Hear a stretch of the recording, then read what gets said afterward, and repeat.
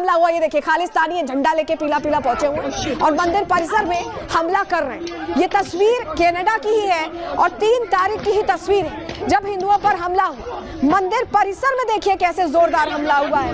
खालिस्तानियों पर आरोप लगे और तस्वीर गवाह है। ऐसा नहीं कि सिर्फ आरोप लग रहे हैं, तस्वीर बता रही है।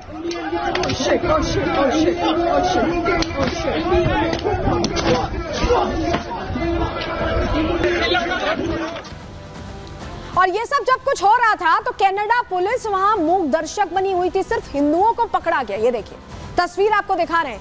जब ये घटना सामने आई तो ये नहीं कि खालिस्तानियों पर एक्शन लिया हो, वो तो वोट बैंक है, उनकी चिंता है।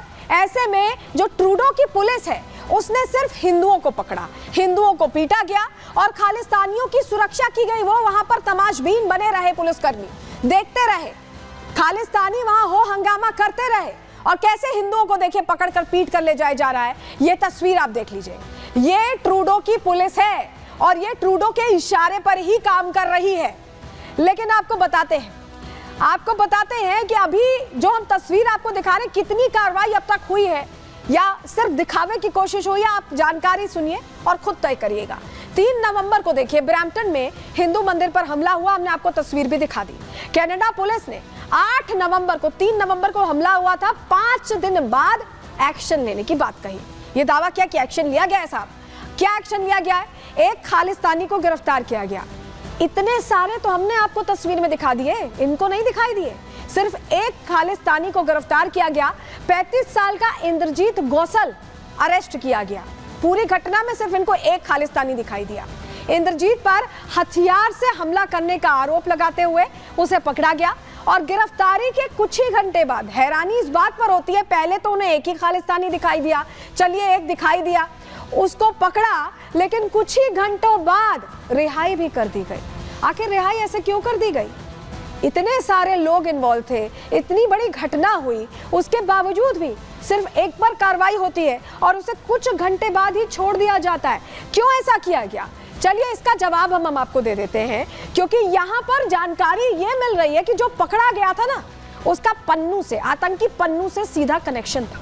चलिए आपको बताते हैं क्यों हम ऐसा कह रहे हैं। दरअसल पुलिस ने जिसे गिरफ्तार किया था उसे पन्नू का प्यादा कहा जा रहा है, ये जानकारी हमें मिल रही है। इंद्रजीत गौसल सिख फॉर जस्टिस से जुड़ा हुआ है, ये सूत्रों के हवाले से हमें जानकारी मिली। सिख फॉर जस्टिस आतंकी गुरपतवंत का संगठन है। इंद्रजीत पन्नू के जनरल काउंसिल का सदस्य है, ये भी जानकारी मिली सूत्रों के हवाले से। वहीं निर्झर के बाद इसे ही लेफ्टिनेंट बनाया गया। सिख फॉर जस्टिस के रेफरेंडम का काम गौसल ही देखता था। क्या यही वजह है कि तुरंत छोड़ दिया गया कुछ ही घंटों बाद? क्या हिंदुओं पर हमला पन्नू की साजिश थी? ये सवाल इसीलिए क्योंकि गौसल इसमें इन्वॉल्व था। पन्नू के दबाव में क्या इंद्रजीत की रिहाई हुई है?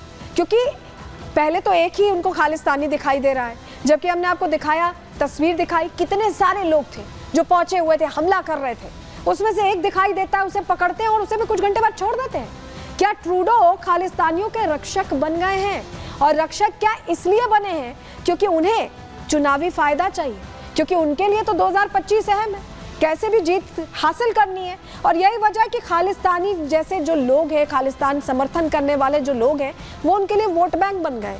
लेकिन एंटी इंडिया एजेंडा चलाते चलाते ट्रूडो अपने ही जाल में फंसते दिखाई दे रहे हैं और इसका फायदा विपक्षी दल भी उठा रहे हैं। रिपोर्ट आपको दिखाते हैं।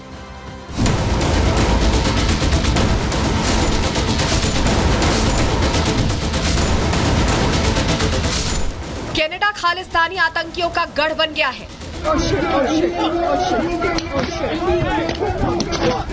और ये दावा भारत की तरफ से कई सालों से किया जा रहा है। भारत ने कई बार कनाडा सरकार के खालिस्तानी आतंकियों पर एक्शन की मांग भी की, लेकिन ट्रूडो सरकार बहरी बनी रही। उल्टा जब आतंकी निज्जर की हत्या हुई तो उसकी हत्या का आरोप ट्रूडो भारत पर ही मढ़ने लगे। हालांकि बार बार सबूत मांगने पर एक भी सबूत पेश नहीं किया।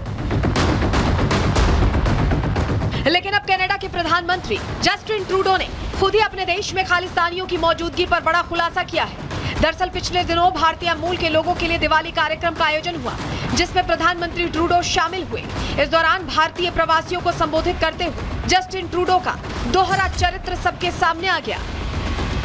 अपने संबोधन में ट्रूडो ने कबूल किया कि कनाडा में खालिस्तानी मौजूद हैं, लेकिन सभी खालिस्तान समर्थक अलगाववादी कनाडा में सिख समुदाय का प्रतिनिधित्व नहीं करते हैं। ट्रूडो का यह बयान बता रहा है कि उन्हें कनाडा में खालिस्तानियों की मौजूदगी की पूरी जानकारी है और वो ये भी जानते हैं कि सिख और खालिस्तानी अलगाववादियों में क्या अंतर है।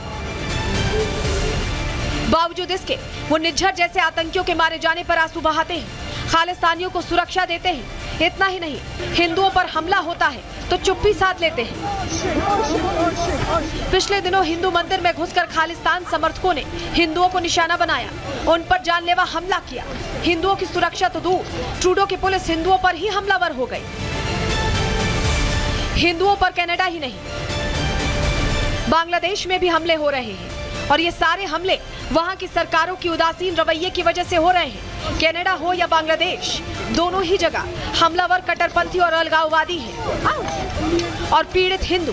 ऐसे में अब सनातन का झंडा उठाए बाबा बागेश्वर यानी पंडित धीरेन्द्र कृष्ण शास्त्री ने कनाडा में हिंदुओं के समर्थन में कथा करने का ऐलान कर दिया है। कनाडा में गया? नहीं, अभी नहीं। जरूरत है, जाना लग रहा है, जाना है। लेकिन मैंने इसलिए बोला, शायद आपकी जानकारी में है यानी होगा, आपका तो वाईफाई बहुत हमेशा स्ट्रांग रहता है। कनाडा में जो सनातनियों के साथ हो रहा है और पिछले 48 घंटे में मंदिर में घुस के खालिस्तानियों ने मंदिर में घुस के जो पूजा करने के लिए जो प्रार्थी के उनको पीटा है, लाठियों से पीटा है। सारे सनातनी इकट्ठे हुए कनाडा में, वाह, ब्रैम्पटन में इकट्ठे हुए, मेल्टन शहर में इकट्ठे हुए कि हमको पूजा करने दो। आपकी आवश्यकता, मुझे लग रहा है आपकी अगली यात्रा या अगली कथा आपकी कनाडा में होनी चाहिए। हम बिल्कुल बनाएंगे, बेझिझक बनाएंगे, क्योंकि जहाँ जहाँ भी सनातनी हिंदुओं को कमजोर किया जा रहा है हम वहाँ पर। खालिस्तानियों के बढ़ते हौसले और ट्रूडो के इस कबूलनामे ने बता दिया है कि कनाडा में हिंदू अब सुरक्षित नहीं है। ऐसे में कनाडा के हिंदुओं को भी एक होने की जरूरत है।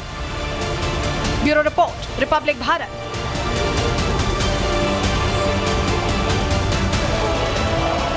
तो ट्रूडो से तो अब गलती हो गई है, कबूलनामा उन्होंने दे दिया है और ऐसे में जग जाहिर हो गया है कि ट्रूडो कितना झूठा नैरेटिव भारत के खिलाफ कहीं ना कहीं सेट करते रहे।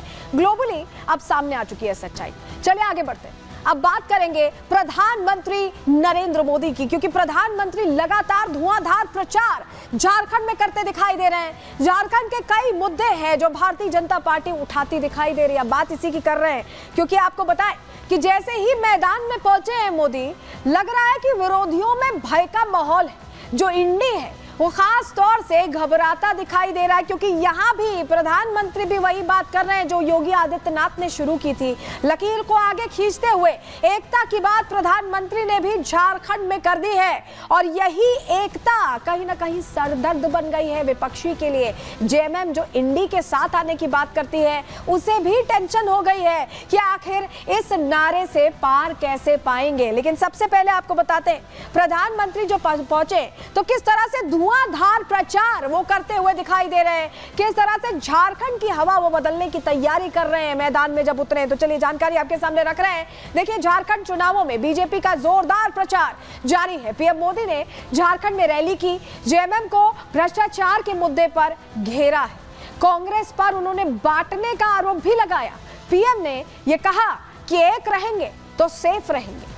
झारखंड के प्रचार में बीजेपी के कई दिग्गज चेहरे अब तक उतर चुके हैं। गृह मंत्री अमित शाह पहुंच चुके हैं, वो लगातार प्रचार कर रहे हैं। हेमंता बिस्वा शर्मा को प्रभारी बनाया गया है और वो प्रचार में तो जुटे ही हैं, मुद्दे भी लगातार उठा रहे हैं। और सबसे बड़ा मुद्दा जो भारतीय जनता पार्टी ने इस वक्त उठाया हुआ है वो आदिवासी हितों का है, क्योंकि यहाँ पर भी डेमोग्राफी बदलने की बात होती है, घुसपैठियों के आने की बात होती है। और ऐसे में ये मुद्दा उठाकर भारतीय जनता पार्टी चुनावी मैदान में उतरी और इस मुद्दे को लेकर जवाब सत्ता दल की तरफ से नहीं आ पा रहा है। कौन